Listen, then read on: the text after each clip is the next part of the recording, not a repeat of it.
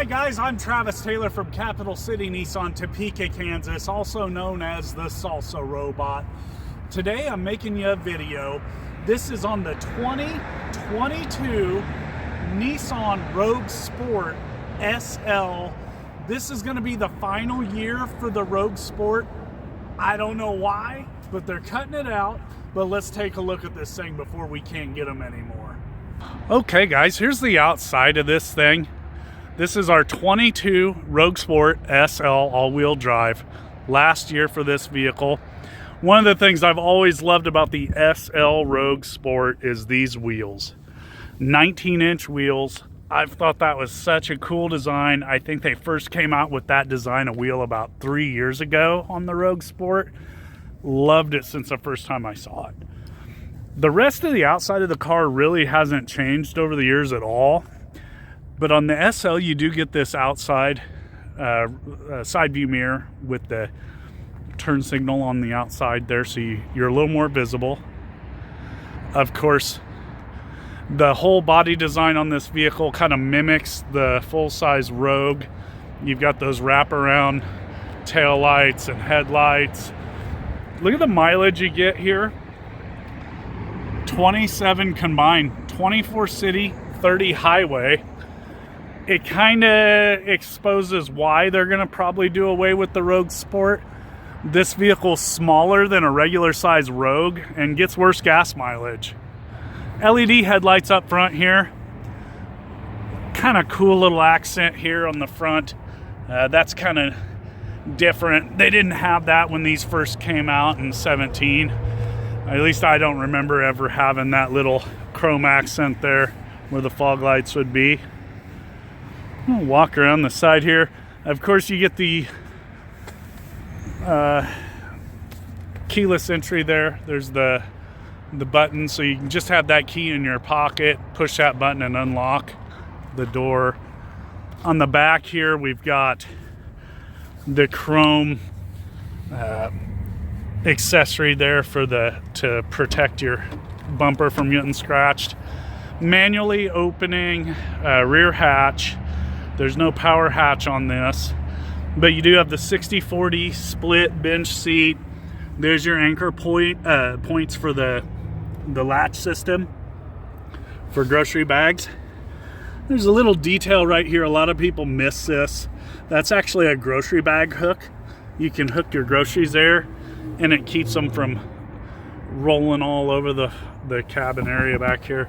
Also, you've got the little bit of storage underneath here, and you do have this shelf here, which is really easy to remove. You can just snap this off, comes right off if you need a little more height in that cargo area. Of course, this does have the roof rails on the top here on the SL, so you can install crossbars on that if you need like a luggage carrier to put on top. But let's get inside this thing and check it out. Normally I climb in the back to show you in the second row here, but there's really not a whole lot to show you back here. This does have a fold down little armrest there with two cup holders, bottle holder in that door, one over here as well. But you've got rear vents for the people sitting in the back seat, but that's about it. There's not a whole lot more back here. There's no charging ports or anything there. So let's go up front. All right, we're in the driver's seat of the Rogue Sport. Over here we've got our power locks, power windows. Of course, you've got this button here. Let me zoom in on that. That makes it so the kids can't roll the windows up and down from the back seat. There's your power adjustable mirrors. You've got your blind spot warning right here, just like it's always been. Down below here, you've got heated steering wheel, all-wheel drive lock, which what that does is it locks your all-wheel drive to on. That way, if you've got like a snow drift or something you're stuck in, you can hit that, take off an all-wheel drive, and then it turns off after you get going so fast. I think it's about 12 miles per hour. Sport mode, eco mode. Let me pull up here and flip this camera so I can explain those. Your sport mode, okay? It used to be that, I'm sorry, I covered up the camera there. It used to be your throttle was controlled by a cable on vehicles, a throttle cable. Now it's controlled by an electric actuator, right? That receives its directions from the gas pedal. So you hit your gas pedal, there's a sensor there that communicates to the sensor on your throttle, and it opens it up, closes by, where your foot is on the gas pedal and the position it's in. With a sport mode, what that does is it makes the throttle more sensitive. So you get a little more pep out of it. Then the eco mode does the opposite. It kind of dumbs it down, makes it a little bit lethargic, and this kind of saves you gas when you're driving in town. So when I'm driving one of these vehicles, we used to have, my wife and I, a Rogue in 2017. We just left it on eco mode all the time when we were in town. So let me show you some more stuff here. So those are those buttons there that I just talked about. Up here, you've got your traction control, and that's your steering assist button to turn it off. I'm gonna come up here, brighten and dim my dash lights. There's my trip reset. Now that steering assist button, what's that do? The ProPilot over here, your lane centering system for the cruise control, that steering assist button over there, that shuts that off. If you don't want this thing steering for you going down the highway, that'll turn that off. There's your volume control. Skip to your different tracks there. That's a back button. And of course, these arrow buttons here, they move everything along in that driver assist display there in the middle. Of course, you get your digital images in the middle and your analog gauges. You do get traffic sign recognition on the 22 model. I don't remember if it had it in 21. Frankly, with the car shortage, I can't remember if we even got a Rogue Sport in 2021. This does have your turn signals over here, your headlight controls there. I like to put everything on auto. And of course, right here's your release for the tilt and telescoping steering wheel. Come over here, of course, that's your intelligent cruise control. That sets your distance from the car in front of you. Your Bluetooth hands-free to answer your phone, and of course this sets your cruise. I'm gonna come over here. Nice black finish on the trim pieces in here. I want to point that out real fast.